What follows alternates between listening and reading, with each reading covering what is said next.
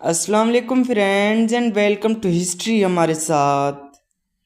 دوستو، صلاح الدین کا شوق جہاد نئے سپاہیوں میں بھی سرایت کر گیا تھا۔ اس نے دریائے اردن کا رخ کیا۔ دوسری طرف تقی الدین جنگ آزمودہ سواروں سمیت انطاکیہ کے قرب و جوار میں حرکت پذیر تھا۔ وہ انطاکیہ کے عیسائی لشکر کا راستہ روکے ہوئے تھا تاکہ وہ یروشلم کی عیسائی فوج سے نہ مل سکے۔ پھر جون 1187 میں تقی الدین نے بڑی سرعت سے جنوب کا رخ کیا اور اپنے مجاہد سے جا ملا۔ سلطان نے اپنے سیاہ پرچم کھول دیے اور تبریہ کی جھیل کے قریب دریائے اردن کو عبور کر لیا۔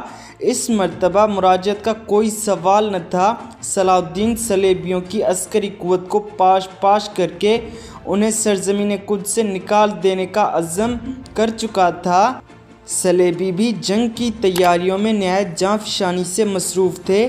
بادشاہ نے اعلان عام کے ذریعے سے امیر، غریب، قلعے دار اور جہاز ران، غرض یہ کہ ہر ایک عیسائی کو بلایا۔ پیدل اور سواروں نے صفوریہ کا رخ کیا۔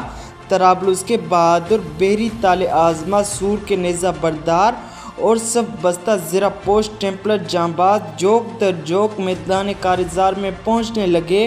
نوجوان امیر اپنے ایوانوں سے رخصت ہوئے۔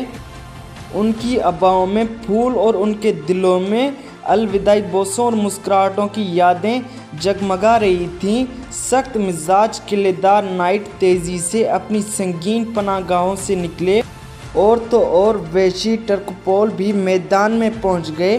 غرض یہ کہ ہر طبقے، ہر قبیلے اور ہر کماش کے لوگ اکٹھے ہوتے گئے۔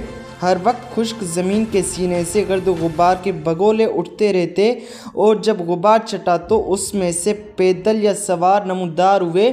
وہ مقبروں میں اگے ہوئے درختوں کے جھنڈ میں بیٹھ کر سستاتے یا کسی چشمے پر دم لیتے۔ وہ خشک وادیوں اور دشوار گزار راستوں سے منزلیں مارتے ہوئے آتے۔ کبھی وہ رات گرجوں میں گزارتے اور کبھی ستاروں کی ٹھنڈی چھاؤں میں سفر کرتے۔ یروشلم کے نائٹ اور سیاہ پوش ہاسپٹل جنگجو مقدس صلیب الصلبوت کے طلائی پرچم کے گرد حلقہ باندھے اسے نہایت احتیاط اور احترام سے اپنے ساتھ لائے۔ جب پرچم بردار قافلے نے آہستہ آہستہ کوہ کارمل کی بلندیوں پر چڑھنا شروع کیا تو دو رویہ پادری سر جھکائے دعائیں مانگ رہے تھے۔ اس طرح ہر منزل پر پرچم کی خیر و برکت کے طفیل، فتح و نصرت کی دعائیں مانگی جاتی تھیں۔ رفتہ رفتہ یہ قافلہ صفوریہ کے چشموں تک پہنچ گیا۔ اس علاقے میں یہ آخری چشمے تھے۔ اس سے آگے حد نظر تک ایک بنجر میدان پھیلا ہوا تھا جس کی حد تبریہ کے پہاڑوں کو چھوتی تھی۔ اس خشک اور بے آب و گیا میدان میں نہ کوئی چشمہ تھا اور نہ کوئی ندی و نالہ۔ دوستو، صفوریہ میں عیسائی لشکر کا پڑاؤ تھا۔ جنگی سردار اپنے ایوانوں اور خیموں میں بڑی بے تابی سے جنگ کے منتظر تھے۔ موسم سخت گرم تھا۔ ریمنڈ کی آنکھیں نیند سے محروم تھیں۔ اسے ہر دم اپنی بیوی اور اپنے قلعے کی فکر دامن گیر رہتی۔ اس کا قلعہ پہاڑوں کے اس پار تبریہ کی جھیل کے کنارے واقع تھا۔ یہ علاقہ مسلمان سواروں کی آماج گاہ بن چکا تھا۔ کرک کے سردار شیٹلیون کو یارہ صبر نہ تھا۔ اب ریمنڈ اور رینالڈ نے مفاہمت کر لی تھی۔ وہ ذاتی اختلافات ختم کر کے مشترکہ خطرے کے خلاف متفق ہو چکے تھے۔ ان دونوں کے علاوہ ہمفرے آف ٹورون، بالین دی ایبیلن، سپاہی ممالک اور ٹیمپلر سردار اس فوجی اجتماع میں موجود تھے۔ دوستو، دن گزرتے گئے اور وہ منتظر رہے۔ مخبر سلطان کی فوج کی خبریں لاتے رہتے۔ بالآخر انہیں معلوم ہوا کہ صلاح الدین دریائے اردن پار کر کے تبریہ کی بلندیوں میں خیمہ زن ہے۔ وہ ان کے مد مقابل 15 میل کے فاصلے پر موجود ہے۔ صلاح الدین کی فوج 25,000 سواروں پر مشتمل ہے اور وہ بھی حملے کے منتظر ہیں۔ ان کے مورچے دور سے نظر آتے تھے۔ صلاح الدین عیسائی لشکر کو یوں عقب میں چھوڑ کر یروشلم پر حملہ آور نہیں ہو سکتا تھا۔ وہ ساحل کے کنارے کنارے عیسائی فوج کی زد سے بچ کر نہیں جا سکتا تھا۔ چنانچہ دونوں فوجیں بمقابل پڑیں۔ ایک دوسرے کی پیش قدمی کی منتظر رہیں۔ دونوں فوجیں ہوشیار اور محتاط تھیں اور اس تکلیف دہ انتظار میں جون کا مہینہ بھی گزر گیا۔ دوستو بالآخر صلاح الدین نے ایک لشکر کو جھیل کے کنارے تبریہ پر حملہ کرنے بھیج دیا۔ مسلمانوں نے تبریہ شہر کی بیرونی دیواروں پر دھاوا کر کے ایک ہی دن میں قبضہ کر لیا۔ ریمنڈ کی بیوی اور مختصر سی فوج محصور ہو کر رہ گئی۔ اس رات عیسائی فوج کے سردار بادشاہ کے خیمے میں جمع ہوئے کہ اب کیا کرنا چاہیے۔ ٹیمپلروں کے سردار ڈیرٹ فورڈ نے بڑی سنجیدگی سے کہا، یہ سخت بے عزتی ہے کہ ہم بیٹھے رہیں اور دشمن اس قلعے کو ہتھیا لے جو ہماری دسترس میں ہے۔ شیٹلیون نے اس تجویز کی پرجوش تائید کی۔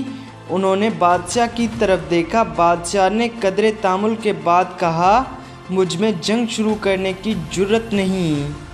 اب ریمنڈ کی باری تھی۔ میرے رفیقو، آپ اس خطرے کا کیوں اندازہ نہیں کرتے جو ہمیں اس شخص صلاح الدین سے درپیش ہے؟ اس نے واضح کر دیا کہ اگر مسلمانوں کے خلاف پیش قدمی کی گئی تو راستے میں پانی بالکل دستیاب نہیں ہو سکے گا۔ اس صورتحال میں پیش قدمی نہ کی جائے، دشمن تبریہ پر قبضہ کر لے اور بے شک میرے اہل و عیال قید ہو جائیں، لیکن پیش قدمی نہ کی جائے، یہ سراسر ہلاکت ہے۔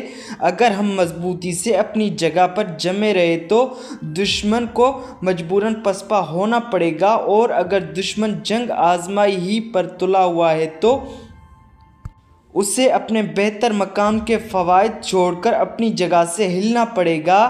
کئی سردار ریمنڈ سے متفق تھے، لیکن سرکش سر رینالڈ اور کئی نوجوان سردار فوری طور پر حملہ کرنے کے حق میں تھے۔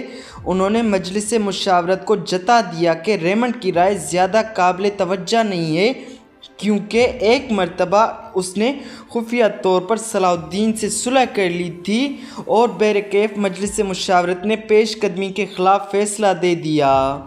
دوستو شام کے بعد ریڈ فورڈ اور رینالڈ بادشاہ کے خیمے میں حاضر ہوئے اور انہوں نے کمزور ارادہ گائی کو پیش قدمی کے احکام جاری کرنے پر رضامند کر لیا۔ صبح کے وقت فوج نے کوچ کیا، پرچم کھول دیے گئے، صف بستہ پیادے قطار اندر قطار سواروں اور جوک در جوک نیزہ بردار وسیع میدان میں بڑھتے چلے گئے۔ عیسائی فوج محض امید کا تقاضا پورا کرنے کے لیے میدان جنگ میں کود پڑی تھی۔ دوستو امید ہے یہ قسط آپ کو پسند آئی ہوگی۔ اگر یہ قسط آپ کو پسند آئی ہو تو ویڈیو کو لائک اور شیئر کر دیں اور چینل کو سبسکرائب کر دیں تاکہ آنے والی ہر نئی قسط کا نوٹیفیکیشن آپ کو ملتا رہے۔ ملتے ہیں اگلی قسط میں، تب تک اپنا بہت زیادہ خیال رکھیے۔ اللہ حافظ۔